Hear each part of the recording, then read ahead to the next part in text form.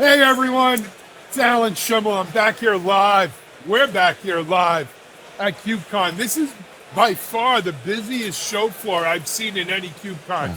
I know there's 13,000 people, and I think they're all right here. Yeah. Luckily, the magic of technology, you're hearing us and seeing us, I hope. And because if you would hear the din of the background noise here is ridiculous. I'm really happy. We're going to be doing a little bit something special here right now. We're going to be doing a DevOps Unbound live kind of panel live at KubeCon. We've got our very special VIP guest, Martin Klaus, who evidently when he travels at events brings his own security.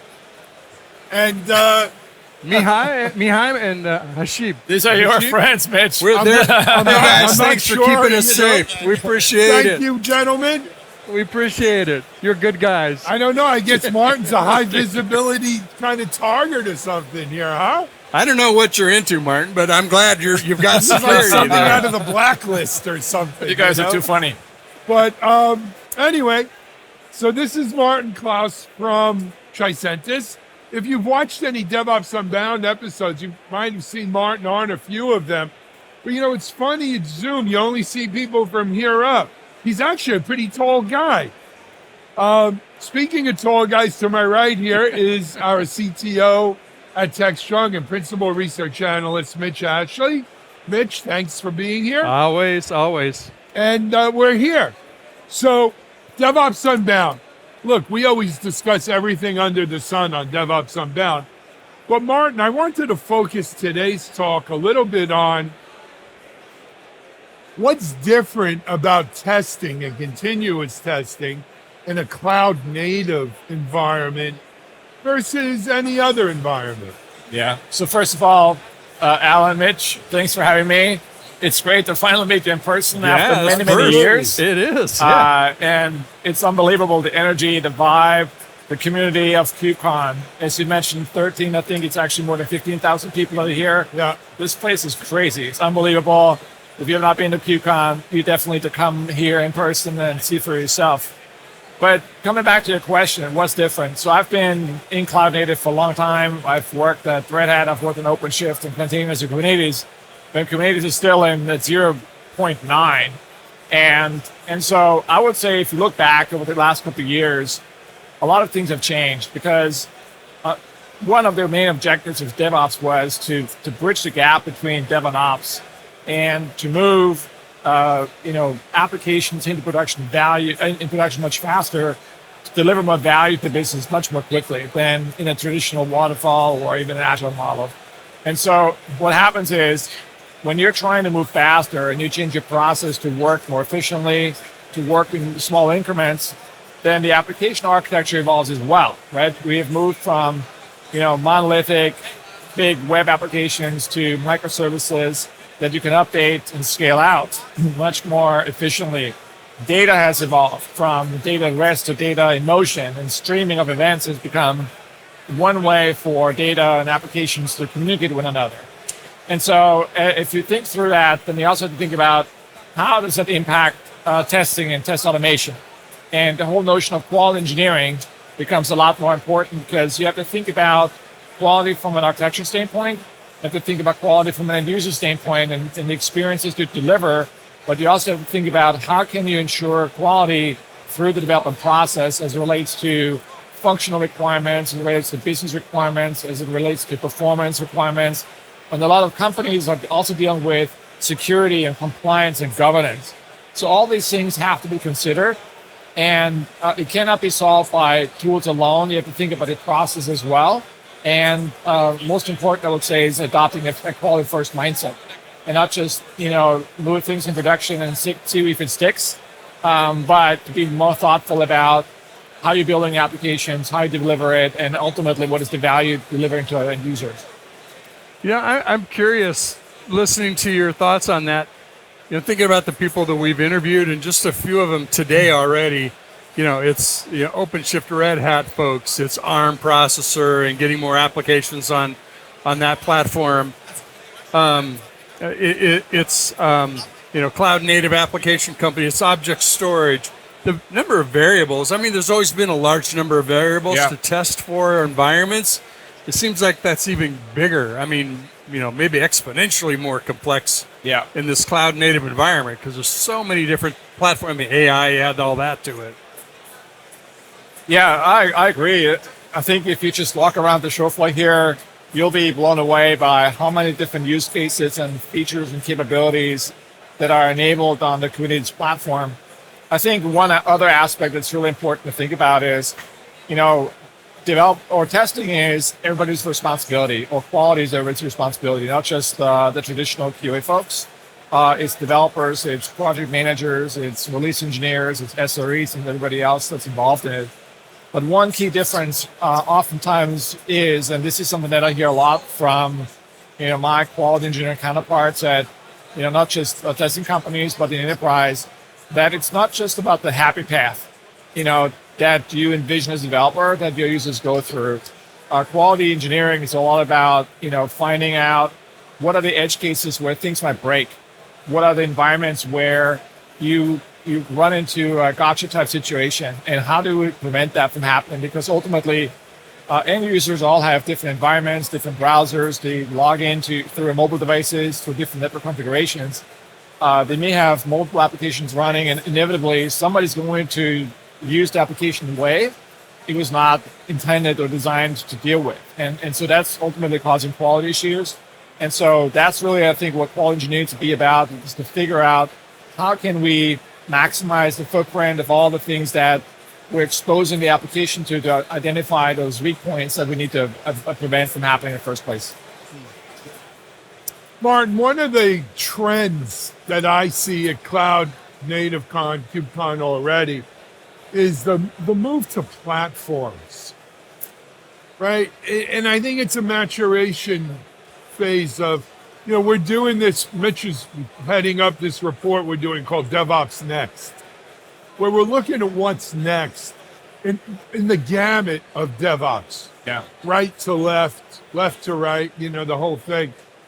And one of the trends is instead of cobbling together, we got some. I feel like on the airplane, I feel like I'm at the airport. Yeah, I'm ready. I got to go board. See you later. You're missing your flight. Yeah, but I think I left my wallet at the TSA booth. That's but, right.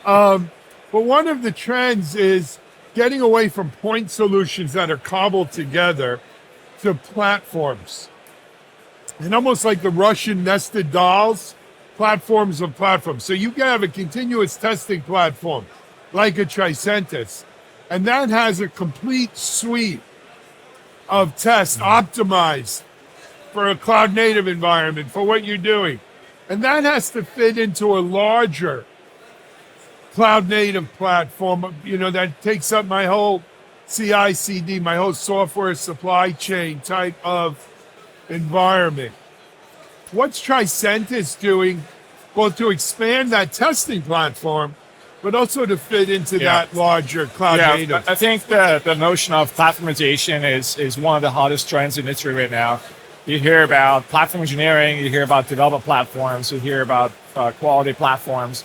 And the main driver for the adoption or the growth of these platforms in the industry is really like, what can we do to help developers or testers and project teams stay in the flow? Because there's so many things you have to think about. There's so many distractions. There's so many sort of other tasks you have to do during the day. And to stay focused on a particular pull request or a particular project or a particular sort of feature requirement it's very hard if you think about all the meetings and disruptions that you're going to deal with every single day. And platforms can help with that, to help you simplify and automate a lot of things so that there's less cobbling together that you have to do on your own. And one thing that is really important, I think also from a Tricentis standpoint, is reusability. And how can we enable more use cases with quality platforms? And one thing that we see a lot with our customers is that there are not just applications you build in-house in the enterprise, there are applications or SaaS applications you configure and deploy or enhance, or an application you just use. So you'll see the whole gamut of applications that you deploy and configure, that you use across the enterprise, but then also applications that you're extending and building yourself. And how can you deliver an end-to-end quality automation platform that supports all the different use cases between enterprise IT, back office applications like Oracle and SAP, business applications like Salesforce and ServiceNow and many others, as well as the custom applications that you use internally, but that can also be client-facing, right? And what we found is that a lot of customers are looking for ways to standardize process through a quality engineering framework, but they're also looking to standardize on tools and platforms so that enable quality engineers across many different teams to work together with their development counterparts to release applications faster. And so that's kind of like what we're trying to do, to really focus on usability and the end user experience, but also make it easy for people to get started with functional automation, but then expand it to, data testing, for example, or load testing, mobile testing, and other things that they may need to do for the particular application that they're trying to release. Really makes the case. Platforms aren't just for infrastructure. Yes, No. that's part of it, but it's Some- platforms up the stack. And Well, it's horizontally and Yeah, vertically exactly. is the key to it. And like I said, it's like that Russian nested dolls thing. There's platforms within platforms. But For again, Dune, you got to make it a Dune. Plans within plans. spirals within spirals. Yeah, or think about it as layers, right? Like the networking layers of, L1 through L7 might be one analogy to think about. What you're doing on the infrastructure layer, what you're doing at the application layer, at the testing layer, and so forth. Well, at the end of the day, the spice must flow. Let's see. Sleeper must awaken, too. But so, can I ask the AI Sure. question? We haven't talked about AI. Oh, it's enough time. Go ahead. We have an upcoming live session on testing AI in your applications. I'm curious your thoughts, and I wish I had the date on it. We'll get that out to everybody. What are your thoughts about when you incorporate AI into your apps? There's models, there's data, there's training. They kind of have their own flows, or even more so than just a database or data source. How do you think about testing in a cloud native world that has AI part of it? Yeah, that's a great question. I Let's think that's answer that in 5 seconds. the whole industry is sort of thinking about that right now, because on the one hand, today, for example, we saw many great use cases for AI models and put them into production, and using LLMs to summarize a live picture of what's being seen, and so also we're seeing the use of AI from a code generation standpoint, right? And there was a recent article from Jyoti Bansal who mentioned that we've shifted the problem from development to QA, and what used to be 3 developers, 1 QA, it's now 1 developer and 3 QAs, because developers can now generate so much more code using AI tools, and now that puts the burden on the testers to verify the increase in potential security flaws and things of that nature that are being introduced if the code is not being tested and validated but generated from some random source. So that's one aspect.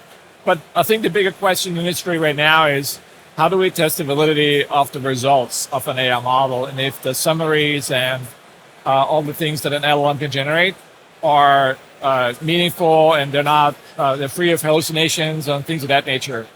I think that's a great use case for exploratory testing. I think there's also an opportunity to actually use other LLMs to test the output, from LLMs, and see if there's like consensus among LLMs on the results. But at the end of the day, you still need a human in the loop. We're not at this point yet where the human is completely eliminated from the FS cycle. And as the technology matures, I'm sure there's going to be more opportunity for automation to test AI. But for now, I would say we're still very much in sort of the good old, exploratory testing, being able to trace back to the data, how the LLMs came up with certain results. But, that is still sort of like the big problem for an industry to crack. Makes sense. No doubt. I mean, we could stay here and talk cloud native and AI and Well, everyone QA else here and is. testing. Actually, AI was the star of the keynotes today, too. Yeah, that's what everyone we was heard. saying. Anyway, hey, Martin, I want to thank you for stopping by. I can't believe you came all the way to Paris just to do a cloud native. For this one to do session. This is a great. DevOps Unbound thing with us. That's That was commitment. nice of That's you. commitment. Yep. But seriously, thanks to you and Thanks for having me. Tricentis as always.